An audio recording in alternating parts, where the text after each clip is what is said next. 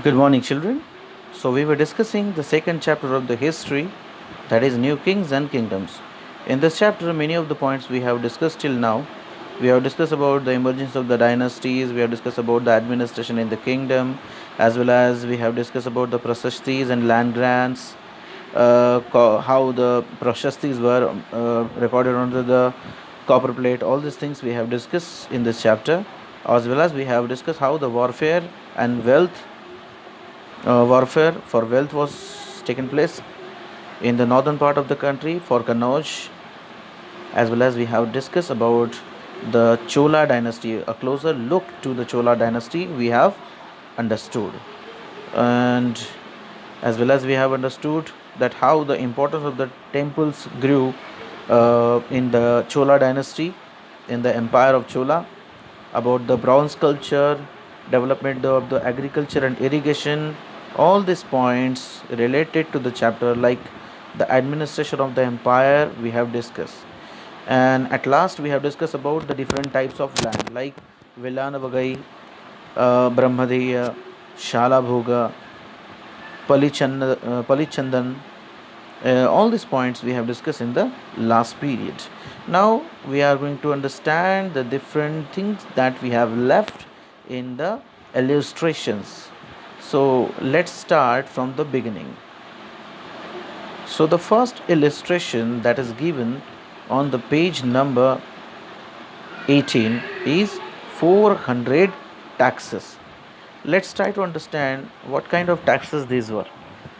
So the inscriptions of the Cholas who ruled in Tamil Nadu refer to more than 400 terms for different kind of taxes. The most frequently mentioned tax is vetti, taken not in cash but in the form of forced labor, and kadamai or land revenue.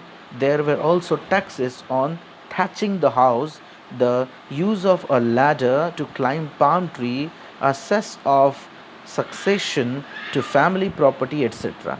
So 400 different taxes types were there in the Chola rule in the Tamil Nadu region. Some of them are explained here. The most frequently mentioned tax is what? Vetti. What is vetti? Vetti uh, is a kind of a tax in which the forced labor and kadamai was taken from the people. Now, that means what? In place of cash, the taxes were collected in the form of forced labor or kadamai. Kadamai means what? Land revenue. Means if you have a land, if you have a land property, so the revenues has to be given to the king or to the empire of the Chola in the form of land revenue. So these were also the taxes. For example, if you have a house, for that also you had to give the taxes. If you use the ladder to climb the palm tree, for that also the taxes were given. How the taxes are collected in nowadays? Nowadays our taxes are collected in the form of money.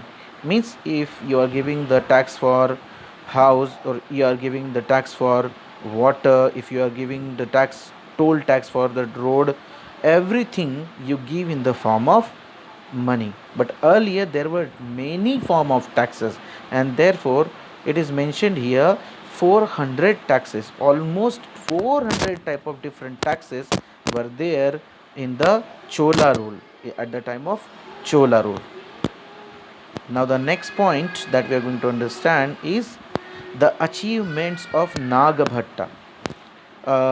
Many rulers described their achievements in prashastis. You read about this prashasti of the Gupta ruler Samudragupta in last year. One prashasti written in Sanskrit and found in Gwalior, Madhya Pradesh, described the exploits of Nagabhatta, a Pratihara king, as follows. So here, on one of the prashasti that was written in the Sanskrit language was found in the Madhya Pradesh of Gwalior. In the Gwalior district of Madhya Pradesh, and it is described in this the exploits of Nagabhatta. Pratihara king writes, on a Prashasti, how he writes about the exploits of the Nagabhatta. Let's try to understand in this.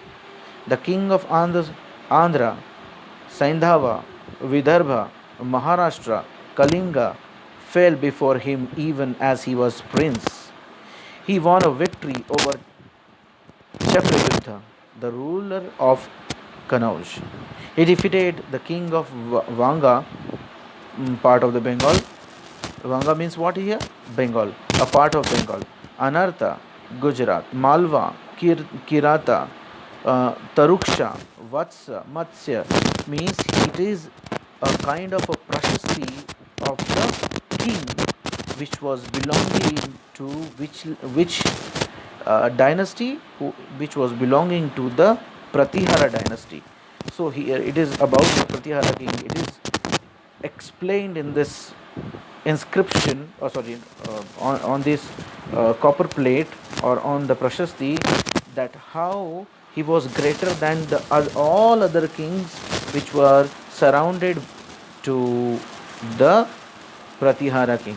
Actually, I have told you in the last period that all the prashastis were not truth. Most of the things were exaggerated in the prashastis. That here it is mentioned, the Pratihara king was the greater than all kings who were there in the Andhra, Sindh, Vidarbha, Kalinga. It is explained that the Pratihara king was the greater than them. But it is not important that he was really greater. Now the next thing that we are going to understand is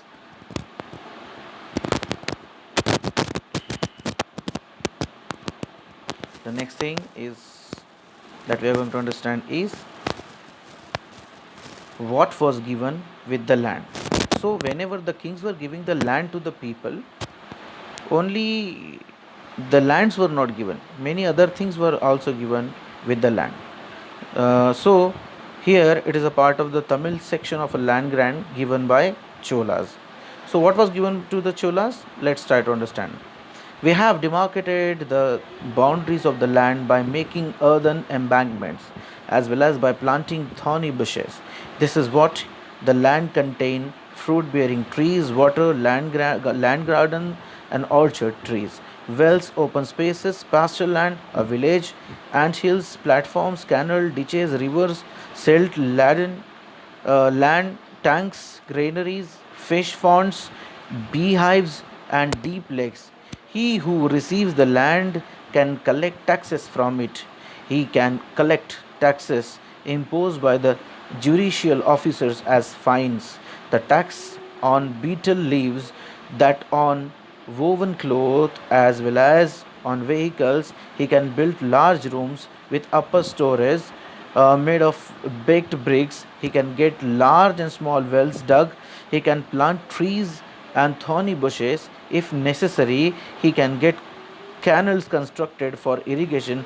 He should ensure that water is not wasted and that embankments are built. So in this way, in one of the prashasti, when the land was given, or when the land grant was given, how it was explained that what kind of things were given with the land in the what kind of things which were given with the land, it is clearly explained here.